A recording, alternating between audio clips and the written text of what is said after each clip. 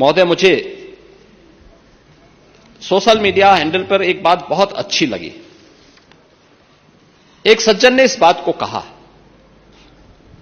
और उसने जो लोग महाकुंभ का विरोध कर रहे थे उनके बारे में उसने बहुत सटीक टिप्पणी की।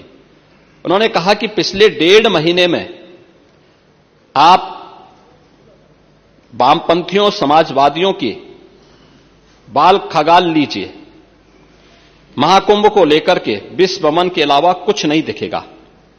गंदगी, अव्यवस्था, पर्यटकों की परेशानी के अलावा इनकी बजबजाती वाल पर दूसरी कुछ भी नहीं मिलेगा।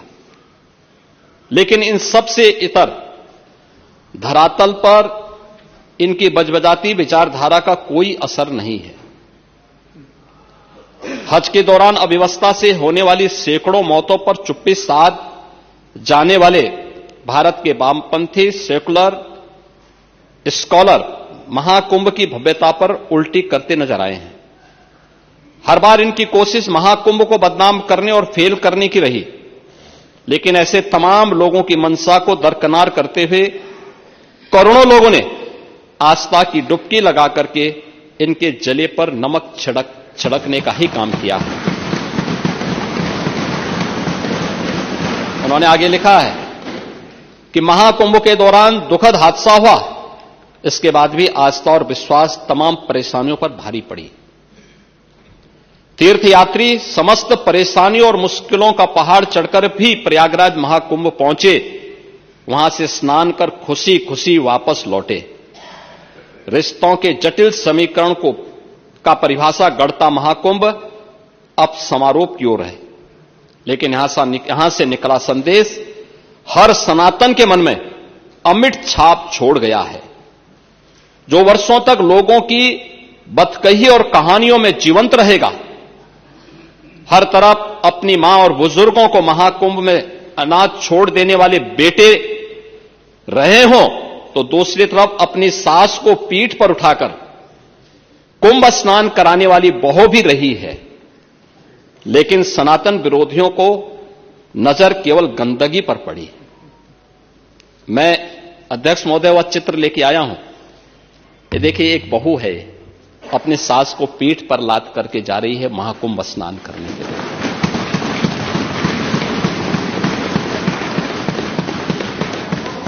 यही नहीं, आगे एक और बात कहते हैं। किसी ने सच कहा कि महाकुंभ में जिसने जो तलाशा उसको वह मिला। गिद्धों को केवल लाश मिली, सूअरों को गंदगी मिली, संवेदनशील लोगों को रिश्तों की खूबसूरत तस्वीर मिली, आस्थावानों को पुण्य मिला, सज्जनों को सज्जनता मिली, गरीबों को रोजगार मिला, अमीरों को धंधा मिला, श्रद्धालुओं को साफ सुथरी व्यवस्था मिली, पर्यटकों को अव्यवस्था मिली, सद्भावना वाले लोगों को जाति रहित व्यवस्था मिली, भक्तों को भगवान मिले। मतलब सबने अपने स्वभाव और चरित्र के अनुसार चीजों को देखा है।